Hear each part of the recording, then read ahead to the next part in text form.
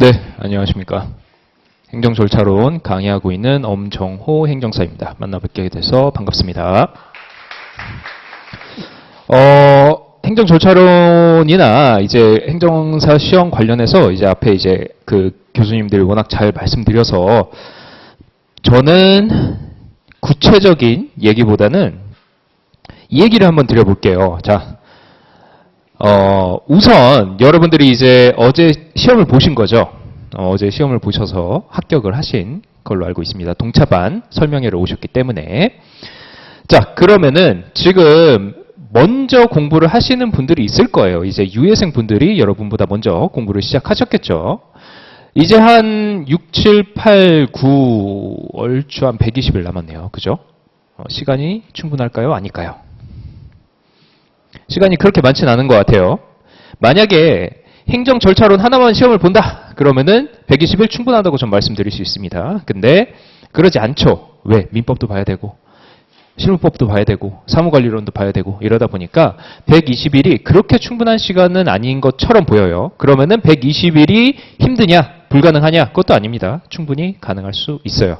그래가지고 시간이라는 거를 기준으로 봤을 때는 그렇게 충분하진 않지만 불가능한 시간도 아니다 라고 보시면 되는데, 그러면은 대체 무슨 말 얘기를 하려고 이 얘기를 하느냐? 결국 우리가 불가능하진 않지만 충분한 시간이라고 하면은 이 시간을 얼마나 효율적으로 사용할 수 있느냐, 이게 이제 핵심이 되는 거예요. 그래서 여러분들이 꼭 전략이란 거를 기반으로 해서 좀 공부를 하시는 게 좋겠다라고 말씀을 드리기 위해서 이 시간에 대해서 한번 말씀을 드렸습니다. 그래서 그러면은 전략이란 거를 어떻게 세워야 되느냐? 여러 가지 이제 기준이 있겠죠. 행정 절차론을 기준으로 해서 한번 말씀을 드려볼게요. 전략이란 거는 기본적으로 개인적으로 모든 조건들이 다 다르기 때문에 그 조건에 맞추기 위해서 여러분 스스로 구축을 하시면 되긴 하지만, 그러면은 무엇을 고려해야 되느냐에 대해서 한번 말씀을 드려보도록 하겠습니다. 행정 절차론 관련해서 법령이 총 8개가 있죠. 우리가 이제 법령 8개를 공부를 할 건데, 행정절차법, 그리고 개인정보보호법, 죄송합니다. 정보공개법 먼저 하죠. 그 다음에 개인정보보호법, 그 다음에 행정조사법, 규제법, 질서행위, 위반행위, 질서위반행위, 규제기본법 있죠. 그 다음에 가족관계등록법, 주민등록. 이렇게 해가지고 총 8개인데, 이거를 여러분들이 이제 공부를 할 때 있어서 비중이란 거를 따로 잡고 공부를 하실 필요가 있다라는 거예요. 첫 번째 거는 비중이 되겠습니다. 왜 그러냐? 자, 기출 기준으로 해서 한번 말씀드려 볼게요. 제일 많이 기출된 법이 뭐가 있을까요? 당연히 행정절차법이에요. 왜? 행정절차법은 초반 1회, 2회, 3회 정도는 그때그때마다 약간씩 달랐지만, 최근 들어서는 이 행정사 시험이 어느 정도 이제 고도화되면서 그 다음에 또 안정화되면서 시험의 유형이 정해졌습니다. 그래서 1번, 2번, 1-1 또는 1-2라고 하죠. 전 그냥 1, 2번이라고 하는데 1-1, 1-2 해서 총 40점은 행정절차법에서 나와요. 그래서 기본적으로 기출, 총 12번의 기출을 분석을 해봐도 행정절차법의 빈도가 한 40% 정도 됩니다. 딱 41%, 2% 한 이쯤 돼요. 그래가지고 당연히 여러분들이 제일 먼저 무엇을 공부해야 될 것이냐 하면은 행정절차법 먼저 공부하셔야 되는 거예요. 특히나 시간이 없으니까 더더욱. 그리고 문제는 사례형으로 나오는 거죠. 자, 그 다음에 여러분들 뭐 공부하시면 되나요? 일반적으로 개인정보보호법 또는 정보공개법 공부하십니다. 왜? 개인정보보호법이나 정보공개법이 그 다음으로 빈출이 많이 돼요. 정보공개법이 한 19% 정도 되고 개인정보보호법이 한 16%, 15% 정도 됩니다.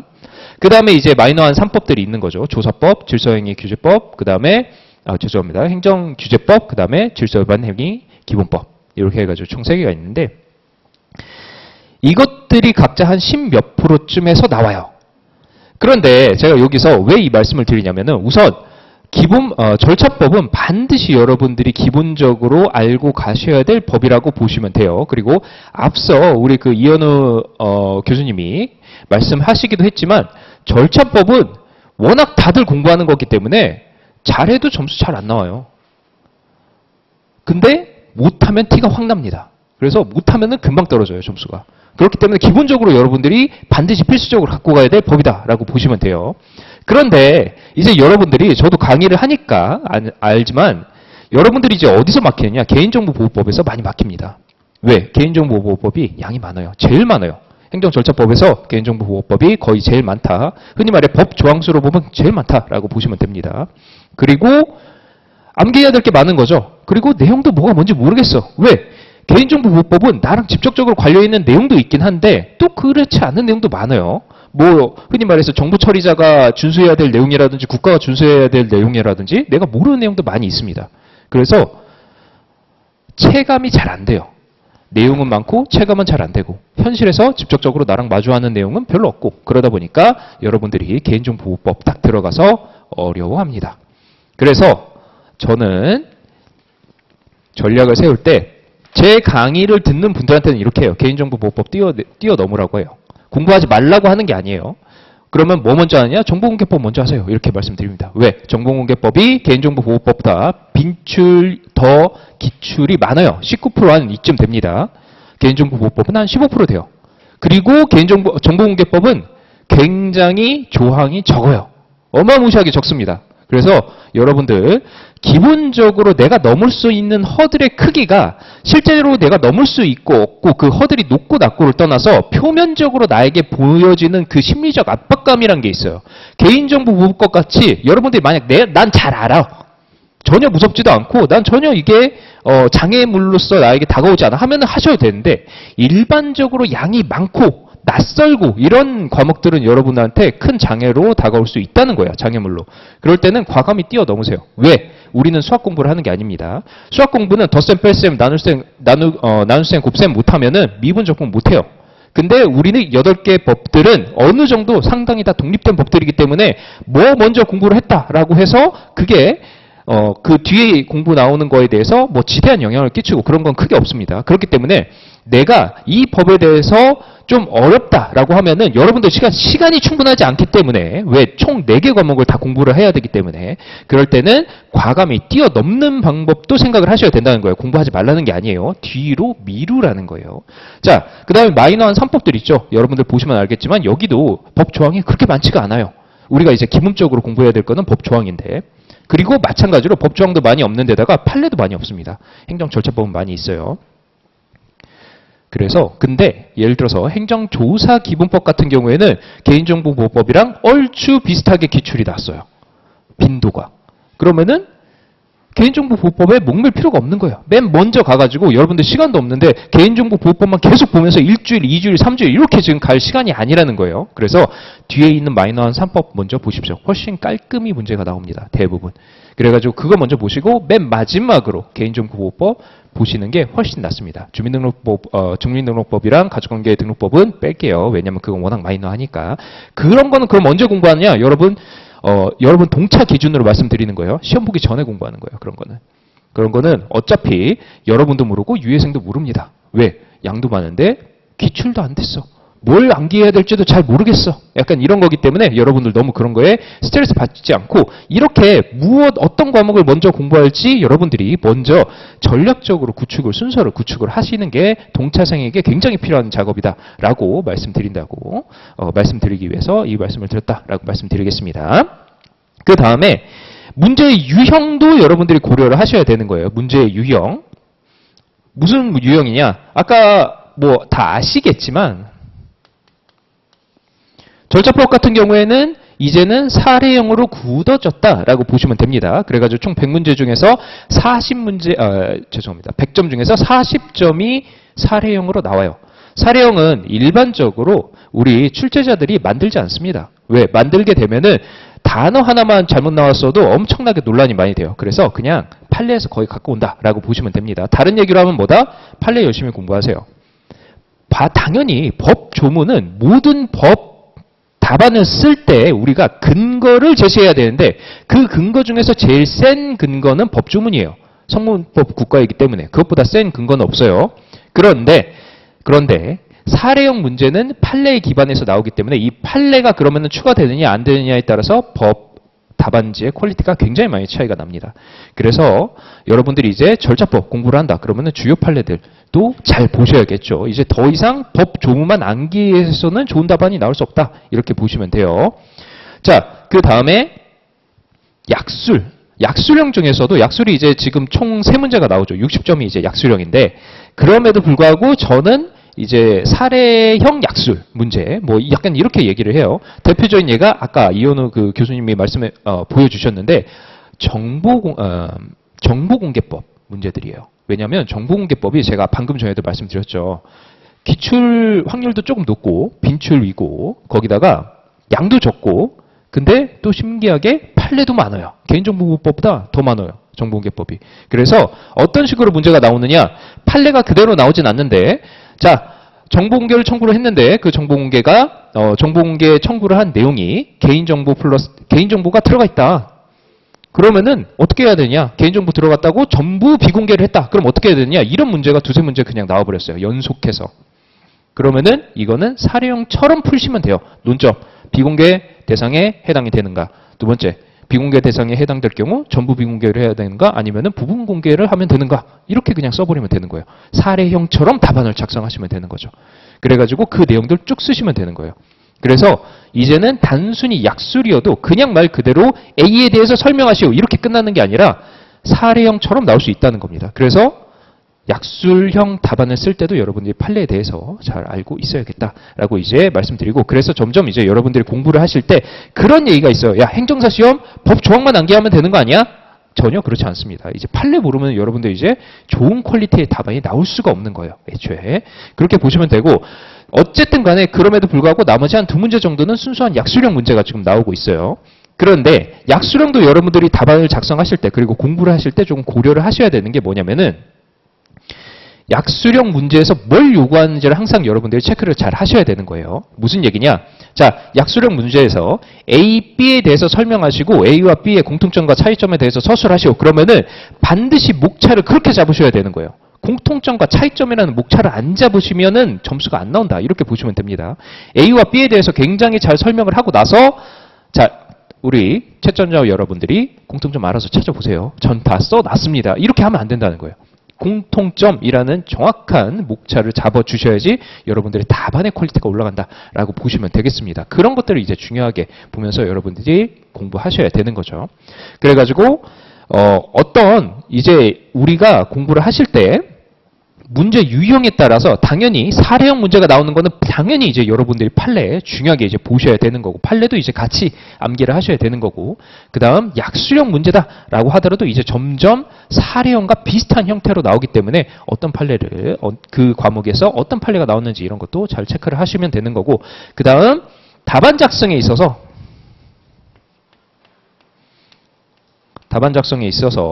어차피 법적 답안지는 다 고만고만합니다. 다 이제 똑같은 형태를 갖고 있는데 그 형태를 준수하실 필요가 있어요. 첫 번째는 준수예요. 그 형태를 준수하실 필요가 있다. 뭐? 첫 번째 논점 먼저 제기해주고 그 다음에 그 논점에서 얘기한 거에 대한 법조문 또는 판례들 나열해주고 그 다음에 마지막에 사안의 해결 또는 결론 이런 식으로 해서 처리를 해주실 필요가 있다는 거예요. 나는 그런 유형 그런 형식, 기본적인 형식 따르지 않겠다라고 하면은 채점자 분들이 전혀 좋아하지 않습니다. 법학 교수님들이 전혀 좋아하지 않아요. 그렇기 때문에 반드시 그런 절차를 꼭 따르시고 그 다음에 또 하나는 우리 공부하면서 제가 방금 전에도 말씀드렸지만 약술 같은 경우에는 뭘 나에게 쓰라고 요구하는지를 필요로 하는 거예요. 공통점 써라. 그러면 반드시 공통점 목차를 잡으셔야 됩니다. 만약 안 잡았다. 난 뭐라고 써야 될지 모르겠어서 안 잡았어요. 그러면은 여러분들은 정확히 공통점에 대한 감점을 받는 거예요. 아무리 그 위에 설명이라든지 개념이라든지 과정이라든지 뭘로 해서 잡았던 간에 아무리 그렇게 써도 공통점 여러분 안 쓴 거예요. 그냥. 그런 것들 잘 고려를 하셔야 됩니다. 그래서 답안을 쓸 때는 약술 같은 경우에는 무엇을 쓰라고 했는지 정확히 파악을 해서 그것을 항목화해서 반드시 빼내주시고 반복해도 상관없어요. 내용이 개요에 있는 내용 그대로 반복했는데요. 상관없어요. 그런 거 두려워하지 마세요. 사례형 답안 쓸 때도 마찬가지예요. 논점에 있는 거 그대로 사안에서 그냥 반복해서 써도 돼요? 네, 괜찮습니다. 중요한 판례의 문구 논점에도 쓰고 판례에도 쓰고 그 다음에 사안에도 또 쓰세요. 괜찮아요. 점수 절대 안 깎입니다. 오히려 더 잘 나오면 잘 나왔지. 그런 것들 두려워하지 말고 어떤 유형으로 쓰는지 반드시 여러분들이 답지 유형 준수를 잘 해주시기를 바라겠다라고 말씀을 드리고 두 번째는 이 답지라는 게 자, 여러분들이 이제 답지를 이제 쓰실 때 항상 통일성을 좀 갖게 쓰셔야 되는 게 있어요. 무슨 얘기냐면 우리 분식회계라고 하죠. 분식회계. 기업들이 이제 조금 세금 탈세라든지 이런 거 할 때 분식회계인데 이 분식회계가 분자가 나눌 분자가 아니죠. 그죠? 무슨 분자인가요? 그쵸? 화장할 분자예요. 분칠을 한다는 거예요. 예쁘게 보인다죠. 그래가지고 우리가 또 답안지를 쓸 때 어떻게 답안지를 써야 되느냐? 약간 영악하게 써야 돼요. 영악하게. 자, 채점하시는 분이 답안지 채점하시는 분들한테 채점 기준이 날아갑니다. 채점 기준이 날아가요. 근데 그렇게 채점 안 하세요. 왜? 아까 이현우 교수님도 말씀하셨죠. 딱 기준대로만 채점하면은 여러분 5점, 10점 나와요. 그러면은 이게 채점이 안 돼요. 그래서 전체적인 답안의 퀄리티를 기준으로 채점을 하는 거예요. 어차피 그분들은 무슨 판례, 무슨 법조문 다 이미 머릿속에 들어가 있기 때문에 딱 보면은 그래서 어떤 경우에는 이런 말도 있어요. 논점만 보면은 그 답안지에 점수 나온다. 이런 말도 있어요. 그래서 그 전체적인 답안지의 퀄리티를 생각해서 어떻게 보일까라는 거를 생각해서 쓰셔야지 나는 그냥 암기한 거 그냥 때려 박을 거야 라는 생각으로 쓰시면은 답안이 생각보다 그 점수가 나오지 않는 경우가 왕왕 있습니다. 그래서 과연 오래 공부한 분들이 암기를 못했을까라고 질문을 하면 그렇지 않아요. 암기 잘했겠죠. 그런데도 불구하고 왜 점수는 합격 점수가 안 나올까 하면은 답안 전체의 퀄리티를 생각하지 않고 답안을 구성했기 때문이에요. 그래서 여러분들은 오히려 시간이 없기 때문에 더 그런 쪽으로 생각을 좀 하셔야 되는 거예요. 당연히 암기해야 될 거 암기해야 되는 거고 중요한 거 암기해야 되는 거고 중요한 판례들, 키워드 다 암기해야 되는 거고 이거는 맞는데 그냥 암기만 하고 나서 여러분들이 그냥 말 그대로 답안을 때려박았다 하면은 누구라든지 다 압니다. 아, 이 사람 잘 모르고 그냥 암기한 거 썼구나 이렇게. 그래서 여러분들이 이제 학원에 오셔서 강의를 들으시거나 직접 이 사례형이라든지 실전 모의고사를 쓸 때는 그런 것들을 고려하면서 쓰셔야 되는 거예요. 그 다음에 또 하나는 뭐냐면은 두 가지만 딱 말씀드리고 끝낼게요. 또 하나는 강의고 또 하나는 여러분들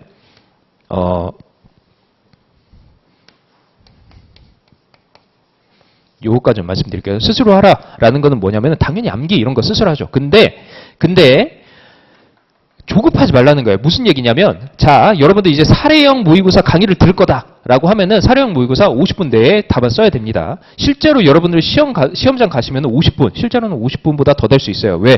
어차피 시험장 가가지고 딱 답안지 나눠주면서 자, 그 오타 체크하세요. 그러면은 오타 체크 딱 하잖아요. 그러면은 그때 여러분들 문제 다 보고 나서 그거 딱 문 닫고 그때부터 머릿속으로 여러분들은 목차를 다 생각하셔야 되는 거예요. 그게 어차피 강의를 통해서 다 어차피 말씀이 드려질 얘기지만 근데 왜 이 말씀을 드리냐. 처음 여러분들이 이 2차 답안지를 쓰기 시작하면은 그건 누구라도 다 똑같겠지만 시간이 어마무시하게 부족합니다.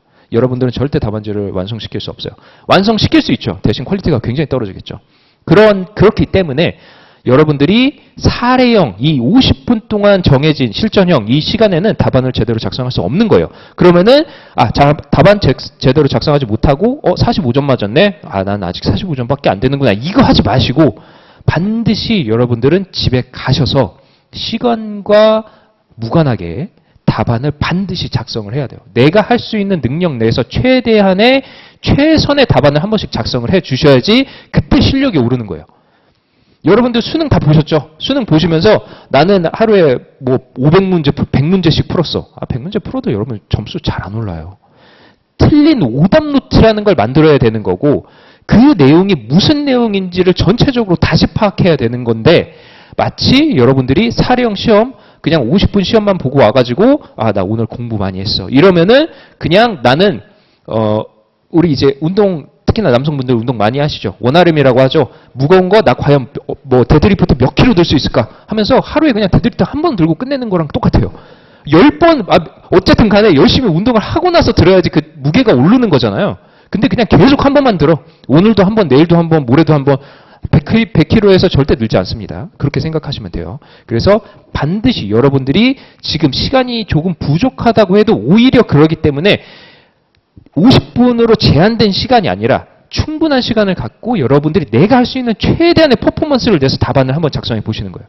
그게 여러분들 실력이 한 단계 올라가는 방법 중 한 개입니다.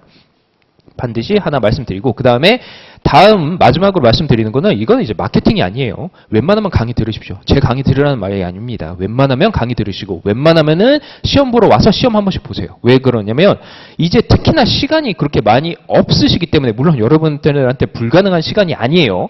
충분히 할 수 있는, 합격할 수 있는 시간이긴 하지만, 그럼에도 유예생이라든지 다른 분들에 비해서는 비교적 시간이 이제 부족하기 때문에 여러분들한테 무엇이 중요한지, 또는 어떻게 공부를 해야 되는지, 또는 이 문제는 어떻게 접근을 해야 되는지, 이 답안은 어떻게 써야 되는지, 이런 거에 대해서 계속 알고 있는 사람이 노하우를 전달해 주는 게 중요한 거예요.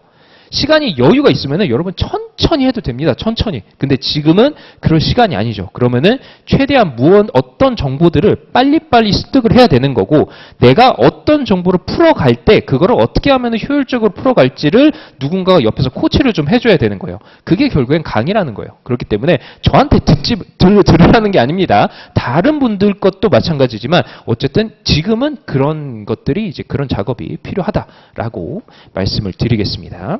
그래가지고 제가 이 동차생 분들도 충분히 합격하실 수 있어요. 그러한 합격하실 수 있지만 조금 난이도가 있는데, 그 난이도가 어려운 거를 뚫어내고 그 가능성을 실현을 하기 위해서 어떻게 해야 되느냐에 따라서에 대해서 제가 간단히 좀 말씀을 드렸습니다. 여러분 합격하시니까 어떤가요? 1차 합격하시니까. 사실 이 그 전문 자격사 시험들이 1차, 2차 이렇게 나눠져 있는데 1차보다 2차가 사실 중요하긴 하죠. 그런데 아마 여러분들 지금 말씀은 안 하셨지만 1차 합격했을 때도 기분 좋았을 거예요. 기분 나쁘신 분은 없습니다. 1차도 어느 정도 다 공부를 하셨을 거고, 그에 대해서 좋은 결과가 나왔기 때문에 다들 기분이 좋으셨을 거예요. 2차 합격하면 훨씬 더 좋습니다. 그러니까 여러분들 지금 1차도 저는 쉽지 않다고 봐요. 왜? 1차 합격률이 50%다라고 하면은 50%라는 게 우리한테는 굉장히 높은 수치일 수도 있지만, 50%라고 만약 했을 때 나랑 친구랑 둘이서 면접 들어가는데 한 명 무조건 떨어지는 게 50%예요. 근데 여러분들은 어떻게 됐든지 간에 지금 뭐 합격률이 얼마인지는 모르지만 어쨌든 예를 들어 50%다라고 했을 때는 그거를 지금 뛰어넘은 거예요. 그렇기 때문에 여러분 그 다음에도 충분히 2차 시험도 충분히 여러분들 잘 준비하시면 가능성이 있고, 자신감 갖고 준비 열심히 하시고, 또 제가 뒤에서 말씀드린 전략적으로 효율적으로 공부하셔서 좋은 결과 있으시기를 바라겠습니다. 네, 저는 여기서 마치도록 하겠습니다. 감사합니다.